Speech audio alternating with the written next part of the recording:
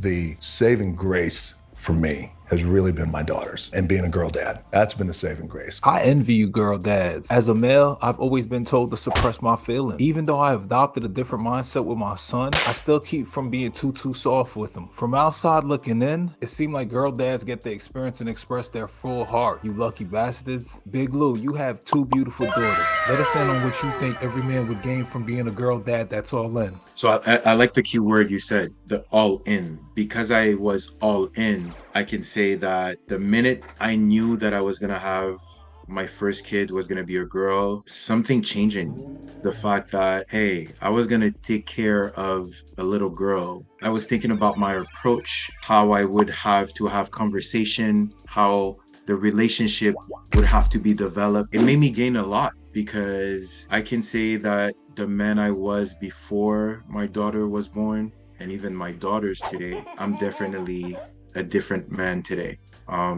Just because I developed things that I didn't think I would develop, to be quite honest. I was never really a big emotional person, had a big shell, tough on the outside. And now one thing that I've gained, being able to express myself, being able to be the real me. And I think that was a huge win for me. One thing I realized also is the biggest gift I give to myself is not worrying about what people think of you. I don't have time to think about that. I have two beautiful daughters that I need to take care of, and that's my priority right now. So I couldn't care less what people think about me, what they want to say about me. If that's what you want to do, go for it. Clearly you have time. I don't. My priority is my girls. I've gained a lot, being a man who's able to express himself, doesn't care about what the outside world thinks because his priorities are his girls. Those are the two major things I've gained. And I think that if you gain those same two specific things, sky's the limit. Let me ask you, the love you give them, right? Do you feel you would be able to give that same type of love to son? Or do you feel like you would have to pull back slightly? That's a fair question. 6 years ago, you would have asked me that question. I probably would have told you that, yeah, my approach with my daughters and my approach with my son would totally be different. But answering that question today, I would say no.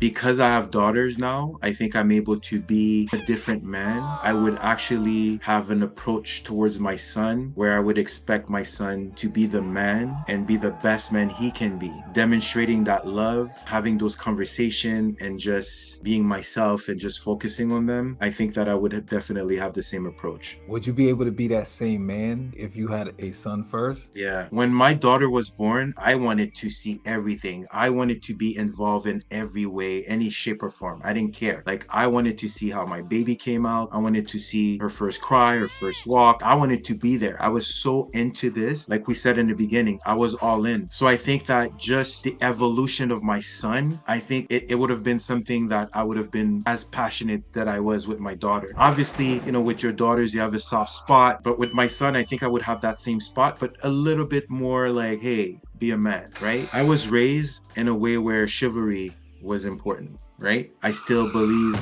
that there's things that as a man, it's my responsibility to do it. Unfortunately, I still have to teach my son to be a man in this society, right? I want him to be the best man. I don't want a son that would chicken out to express themselves. I want my kid to be all in and say, hey, this is how I feel. This is what's going on. This is what's killing us nowadays. It's stress. And stress is all because we're holding in so many stuff. And next thing you know, cancer, you get a stroke, anything can happen. It's time to let yourself be. Express yourself, be a man, but at the same time, don't chicken out. Don't act like, you don't have emotion and you don't have feelings. One thing that never lies is your emotion. That's the way you feel. And I would have loved, if I had that experience, it would have been for my son to have that in him. But a man that can express himself and that can be him. I don't know if that makes sense. I know it was a long explanation, but... Comment if y'all understand. I understand. Being a boy dad, I do pull back because I'm like, I don't want to give him too many kisses. I don't want to be all over him. I feel like if I had a daughter though, that's my baby. Like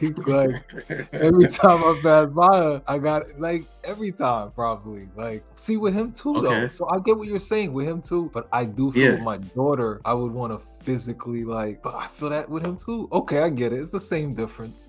Boom. Because I was going to ask you, actually, I was going to ask you the same fear that you have for him. Wouldn't it be the same fear that you would have for your daughters? Giving so much love to your daughters could mean that, hey, they're going to be dependent on that Yeah. affection constantly, right? There's one thing I can tell you that I love about our approach and those conversations that we're having. The more love you give to your kid, the higher the expectation goes. When they get to an age where they're looking for a relationship, they're going to look for that same love. If that partner can't give them that love, it's a wrap. The love that you give to your son, all those kisses, and the love that I give to my daughters and all the kisses, the hugs, hey, keep giving them those kisses because, hey, he deserves it all. And he has his dad's full attention. How many people can say they have that?